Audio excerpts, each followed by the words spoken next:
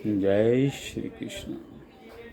श्री कृष्णाय वासुदेवाय हरे परमात्मे प्रणताक्लेशनाशाय गोविंदाय नमो नमः। आज भगवान श्री कृष्ण द्वारा अर्जुन को बताई गई श्रीमद् भागवत गीता का 12वां अध्याय के बारे में बात करेंगे कि 12वें अध्याय में भगवान श्री कृष्ण ने इतना सुंदर संदेश दिया है कि इंसान के जीवन और मरण और मोक्ष तीनों का उसमें कल्याण बताया गया कि कैसे आपने जीना है, कैसे मरना है और कैसे मोक्ष प्राप्त करना है। ये इसका सार है जो 12वें अध्याय का मैं अभी प्रस्तुत करने जा रहा हूँ कि भगवान कृष्ण को श्री अर्जुन जी ने पूछा कि हे भगवान, मुझे ये बताइए कि आपके जो 2 प्रकार के भक्त हैं, जो तो साधना से, तप से, त्याग से आपकी भक्ति करते हैं, आपकी तपस्या करते हैं, और एक हैं जो प्रेम द्वारा, भक्ति द्वारा आपको पाना चाहते हैं। उन दोनों में से आपको अतिशय प्रिय भक्त कौन से हैं? तो भगवान श्री कृष्ण ने बड़ा सुंदर उत्तर दिया। उन्होंने कहा कि जो प्रेम भक्ति और साधारण भक्ति से मुझे प्राप्त करना चाहते हैं वो मुझको ही प्राप्त होते हैं और वो मुझे अति प्रिय हैं। जो तपस्या, तप और त्याग से मुझे प्राप्त करना चाहते हैं, प्राप्त वो भी मुझे ही होते हैं, लेकिन उनके मार्ग में कठिनता बहुत है, उनके मार्ग में कांटे बहुत हैं।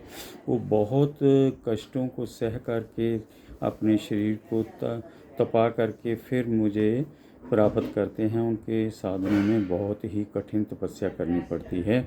और इन दोनों में से मुझे जो प्रेम भक्ति के द्वारा मुझे प्राप्त करना चाहते हैं वो मुझे अति प्रिय हैं।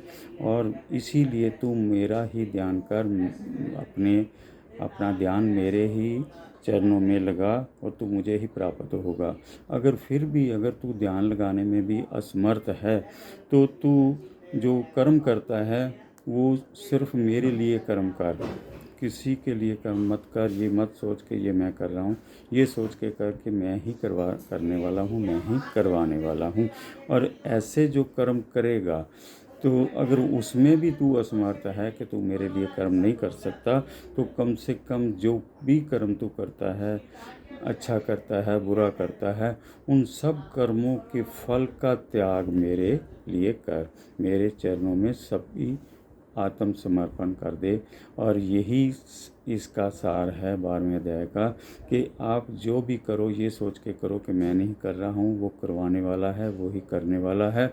और जो भी वो करवा रहा है उसका कर्म फल, उसका जो भी फल है वो मैं आपके चरणों में समर्पित करता हूँ। और जो कुछ मेरा है, मैं हूँ, मेरा साथ मेरा परिवार है, मेरा जो ज़मीन जायदाद पैसा जो कुछ भी है सब कुछ तुम्हारे चरणों में अर्पण। और ये आत्मसमर्पण ही आपका मोक्ष है। और इसी से मोक्ष की बहुत सरल साधनों से प्राप्ति होती है। जय श्री कृष्ण। राधे राधे।